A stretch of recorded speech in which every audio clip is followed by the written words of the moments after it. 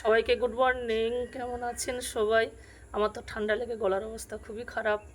আজকে ঠাকুরবাড়ি থেকে বাড়ি এলাম 7টার সময়। এসেই দেখছি এখানে প্রচুর বৃষ্টি হচ্ছে। আজকে তো লক্ষ্মী পুজো, আজকে কোজাগরি লক্ষ্মী পুজো। অনেক দিন পরে দেখছি যে লক্ষ্মী পুজোর দিনকার এত বৃষ্টি। দেওঘর ঠাকুরবাড়ি ওখানেও নিম্নচাপে প্রচুর বৃষ্টি হচ্ছে। আর এখানে এসেও দেখছি ওয়েস্ট বেঙ্গলে, এখানেও কলকাতা থেকে আসার সময় দেখলাম প্রচণ্ড মেঘ, বৃষ্টিও হচ্ছে।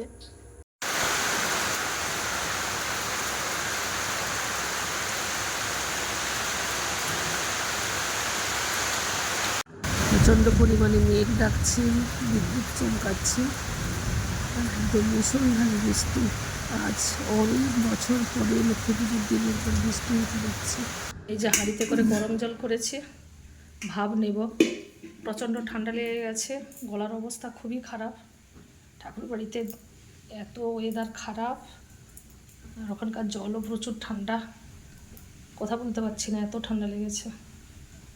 কিন্তু প্রেসার কুকারে আলু সেদ্ধ, ভাত করেছি, ডাল সেদ্ধ করেছি।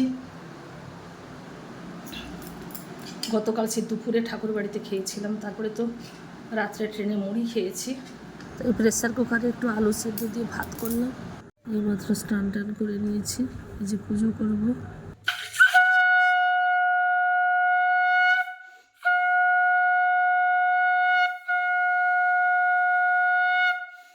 দুপুরের জন্য কি রান্না করছি দেখা। ওলটাকে সেদ্ধ করে ভেজে নিচ্ছি। ওল, ফুলকপি, আলু আর মাশরুম দিয়ে একটা তরকারি করব। মাশরুমটাকে কেটে ধুয়ে ম্যারিনেট করে রেখেছি, লঙ্কা গুঁড়ো, হলুদ গুঁড়ো, জিরে গুঁড়ো, একটু মিষ্টি, লবণ, সর্ষের তেল দিয়ে প্রায় 1 ঘন্টা হয়ে গেছে। আবার প্রেসার কুকারে একটু ভাত করে নিয়েছি।